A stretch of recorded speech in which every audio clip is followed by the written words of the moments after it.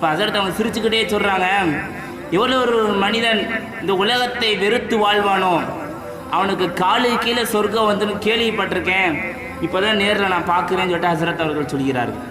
இப்போ எந்த அளவுக்கு இந்த உலகத்தை வெறுத்து வாழ்ந்திருக்கிறார்கள் நம்மளுடைய முன்னோர்கள், இன்றைக்கு நாம் எந்த அளவுக்கு இருக்கிறோம் என்று சிந்தித்து பார்க்க கடமைப்பட்டிருக்கிறோம்.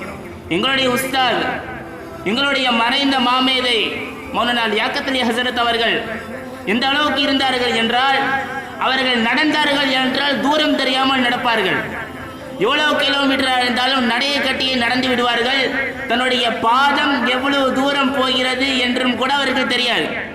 அந்த அளவுக்கு நாவினால் குர்ஆனை ஓதிக்கொண்டும் தன்னுடைய நடைபாதையை தொடர்வார்கள், தொடர்ந்து கொண்டே இருப்பார்கள். நேரம் போகிறதும் தெரியாது, காலம் போகிறதும் தெரியாது, டைம் போயிட்டு நடந்து போய் ஹஜரத் அவர்கள் நடந்துக்கிட்டே இருப்பாங்க. இப்போ ஹஸரத் அவர்கள் ஒரு வாட்டி கேட்டோம், ஹஸரத் அவர்களே, தாங்கள் நடக்க ஆரம்பித்தீர்கள் என்றால் பாதம் தரையில் படாத அளவுக்கு, வழி தெரியாத அளவுக்கு, தூரம் தெரியாத அளவுக்கு நடந்து கொண்டே இருக்கிறீர்களே, காரணம் என்ன என்று கேட்கும்போது ஹஸரத் அவர்கள் சொன்னார்கள், எவர் ஒரு மனிதர் இந்த உலகத்தை வெறுத்து வாழ்வாரோ அவருக்கு அல்லாஹ் உலகத்தை சுருக்கி கொடுத்து விடுவான் என்று ஹஸரத் அவர்கள் அழகாக சொன்னார்கள்.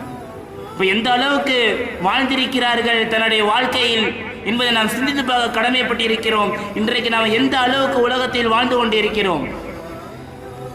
உலகத்தின் பால் மூழ்கி உலகத்தில் அத்துணை இன்பம் துன்பங்களை, இன்பத்தை மட்டும் நாம் எடுத்துக்கொண்டிருக்கிறோம், பல விஷயங்களை சம்பாதித்து கொண்டிருக்கிறோம்.